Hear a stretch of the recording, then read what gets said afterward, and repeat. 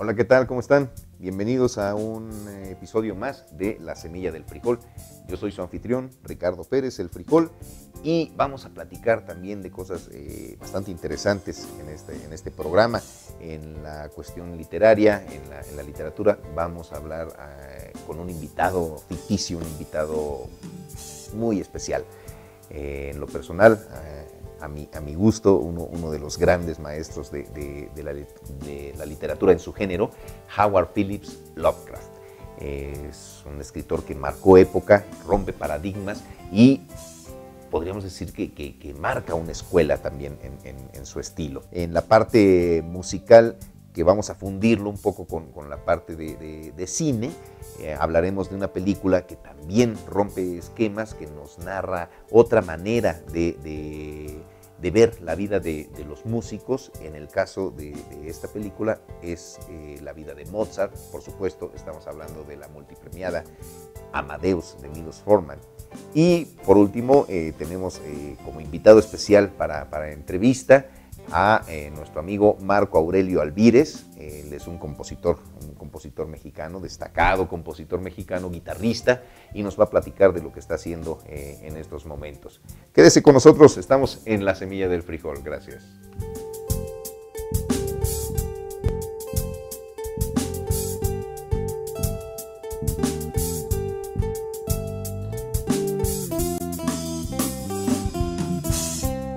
Hola, ya estamos de regreso. Vamos a iniciar nuestro programa con este autor estadounidense que les platicaba.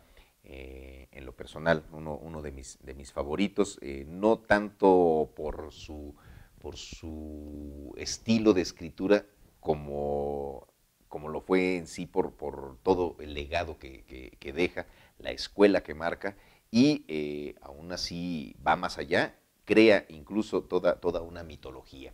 Estamos hablando de Howard Phillips Lovecraft. Es un escritor estadounidense nacido en 1890 en Providence, Rhode Island, en Estados Unidos, y su infancia viene a marcarlo muchísimo en lo que sería su estilo de ver las cosas y de ver la vida, y plasmarlo incluso en sus historias. Todo el tiempo sobreprotegido por su madre. Su padre muere a edad temprana. Un niño sobrecogido, es un niño sumamente ensimismado, muy tímido, que no acostumbraba incluso a jugar con los demás niños. La madre le dice que no tiene que jugar con gente de menor categoría, incluso le señala lo feo que era él mismo, y hasta llega a desanimarlo diciendo que no se preocupe, que su madre siempre va a estar con él para protegerlo, porque pues él no va a llegar a triunfar en la vida. Se marca a Howard como un niño prodigio. Desde los 2 años ya estaba recitando algo de poesía, a los 3 años ya había aprendido a leer, a los 6 ya empezaba a escribir, y también muy interesado por cosas un tanto cuanto diferente a los demás niños.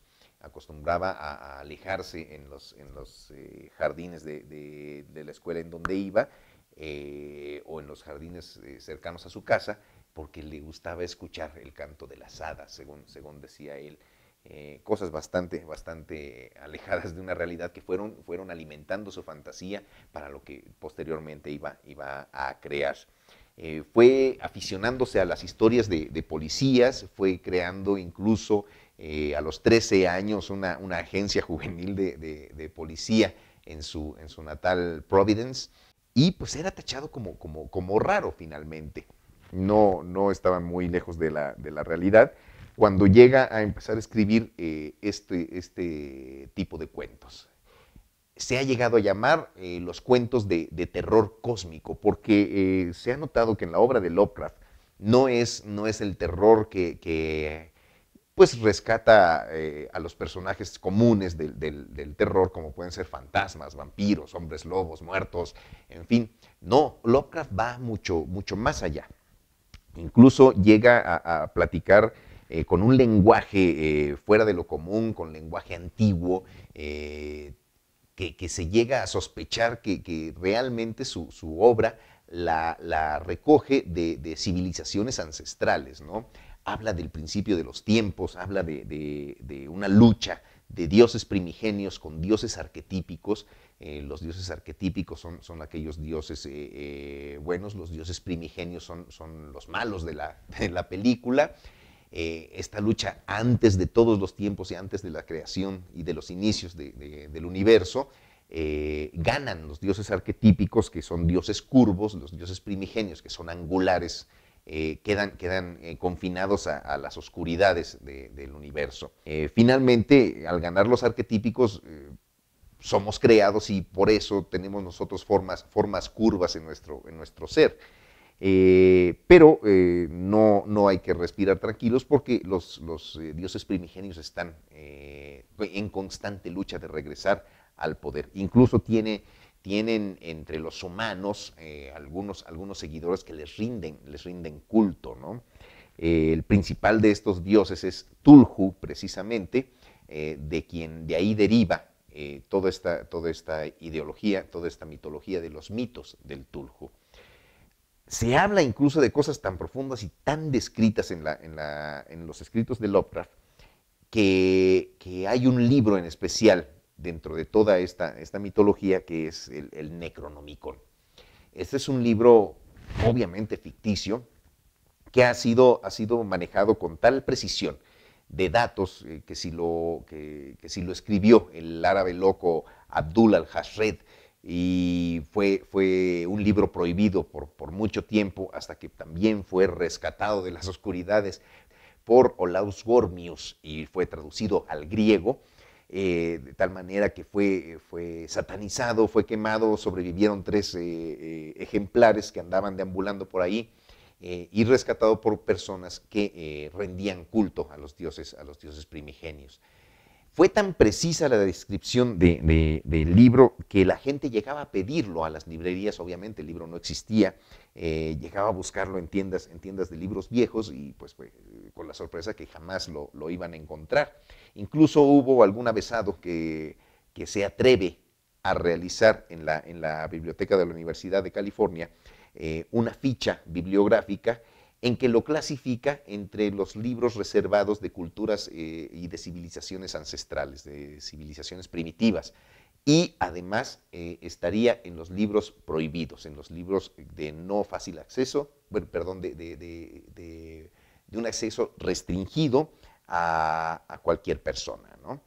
Es tal la insistencia por tratar de conseguir este libro que se han editado algunos ejemplares posteriormente. Por supuesto, no tiene nada que ver con ello. Otra cosa a destacar del legado de Lovecraft es que incluso artistas ajenos a la literatura lo han retomado para incluso ilustrar, y estamos hablando de H.R. Giger, que maneja alguna serie de ilustraciones verdaderamente fuertes para mucha gente, y llega a ilustrar un poco el Necronomicon.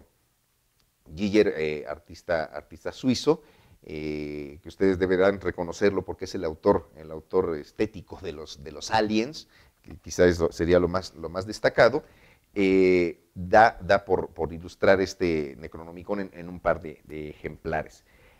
Aún así, Lovecraft deja todo en escuela. Hay autores como Robert Bloch, August Derleth, que van siguiendo toda esta enseñanza y van siguiendo incluso todos los mitos. Si pueden, búsquenlos. Son verdaderamente reconocidos en cualquier librería y seguramente quedarán atrapados por toda la cosmogonía de los mitos del Tulhu de Howard Phillips Lovecraft. Regresamos en un momento.